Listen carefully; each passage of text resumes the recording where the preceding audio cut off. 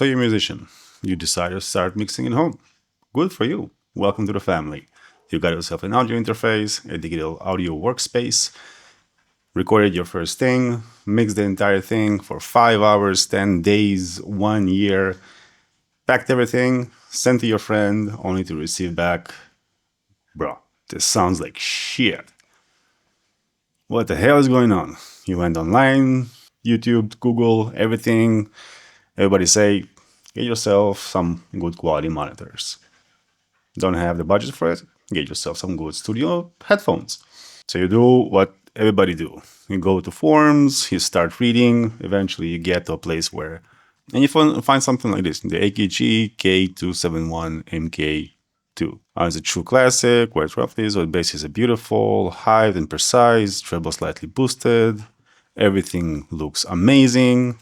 You go and order yourself a pair, or find the second hand. Maybe a friend has those. Get the headphones, plug them in, and only to find out they sound like, well, not so good. Probably this is how studio monitors or studio headphones supposed to sound, right? You remix everything, send back to your friend, only to get a response.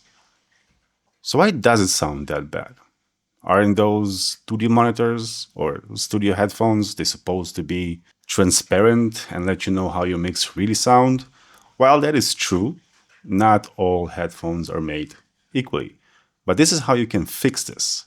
There's a site named AutoEQ. So you have select your headphones at the top, select Equalizer app, hear the difference with the live demo, copy settings to the Equalizer app. So in my case, I have the AKG K271MK2.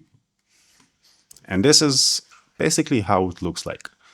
So what it does, it shows you your current curve of your headphones. What the target is, this is the Harman over-ear 2018. This is how it's supposed to look. This is the equalizer and the equalized. Why it doesn't show anything? Because probably I didn't select my application. So I'm using the EQMac advanced equalizer.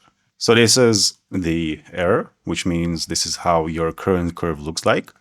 And the equalize is the target curve we are aiming for, which will be the Harman over-ear 2018. The Harman over-ear is basically an EQ that was investigated by some engineers from Harman, saying that this is a target response EQ that will be most pleasant for most people.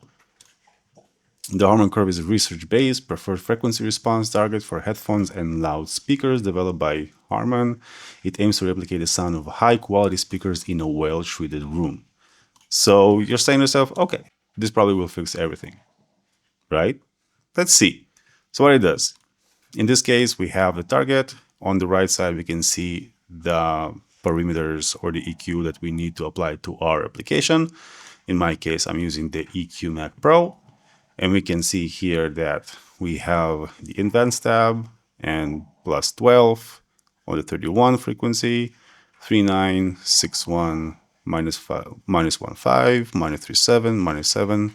I'm gonna turn this off and you can actually hear how it sounds here with or without the EQ. So let's put something, yeah, okay.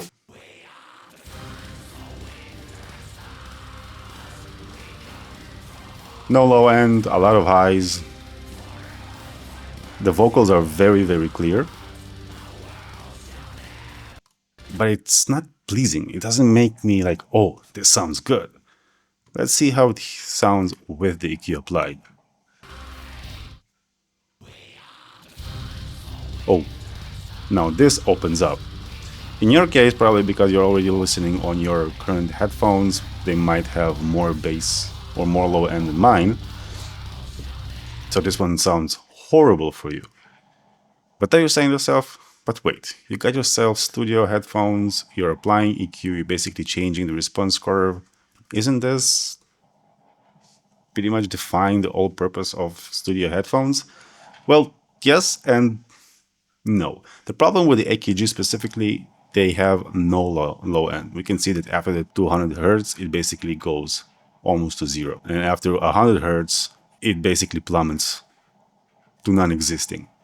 So in my case, what happened is I EQ'd with my previous headphones, which were the gaming headphones Logitech G Pro, and they sound very well, they sound very nice, but they are not studio monitors, right? They're very warm, very wide, and sound very, very good. So after I mixed on those headphones, I went to my car, I played it on my car, and where's the low end? I mean, I remember hearing it, but it had nothing.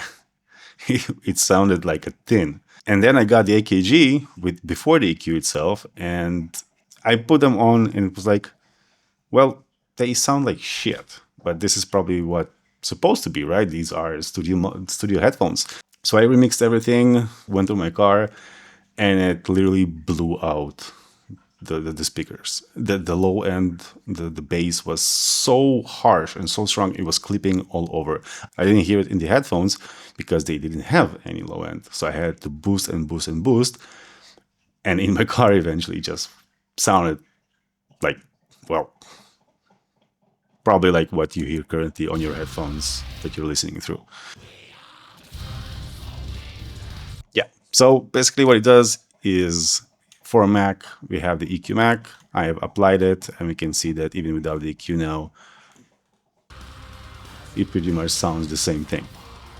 The only thing is that we have the preamp -13. The -13 is suggestion. It's not obligatory. The reason is for this is kind of depends on your headphones, but in some cases, a lot of boost of a frequency, especially if it's a low end, you will start hearing crackles, like your headphones will really start to crack because the speaker inside of your headphones just cannot handle the amount of pressure that you're currently putting on them. So you will need to reduce the volume to make sure that your headphones will still keep working as they're supposed to work. But you're probably saying to yourself, so you made your headphones sound pretty much better, right? Doesn't this kind of beats the whole purpose? Well, as I already mentioned, yes and no. You can listen to Spotify, YouTube Music, or whatever other application you're currently using, and you can compare your current mix with the music you're listening to. While you can do it even with these specific headphones before that, it's really hard to enjoy the music itself, right? You're listening and it sounds, well, it doesn't sound, it sounds like shit. And you're trying to compensate all those lost frequencies with putting more into it. But now, after that EQ, you can listen to music and actually enjoy how it sounds, and you can try to make your current music to be as similar to what you're currently listening to. And after all, it doesn't really matter. Your headphones are only a reference to what the mix should sound eventually. If you have earbuds or gaming headset and you're able to create mixes good enough with those, go ahead. You don't need new headphones. Or, well, you'd still would probably prefer to have monitors, like studio monitors, but you don't have to. You can keep using your headphones. Yeah, so basically, this is kind of it. So they have a lot of other headphones here. You can probably find whatever you currently have. Maybe what Logitech G Pro X. They actually have it. So this is the target. This is the error curve. And we can see that instead of boosting the low ends, we're actually reducing it by pretty much a lot and boosting the high frequencies. Anyway, this is pretty much it. So I hope it helped you and enjoy.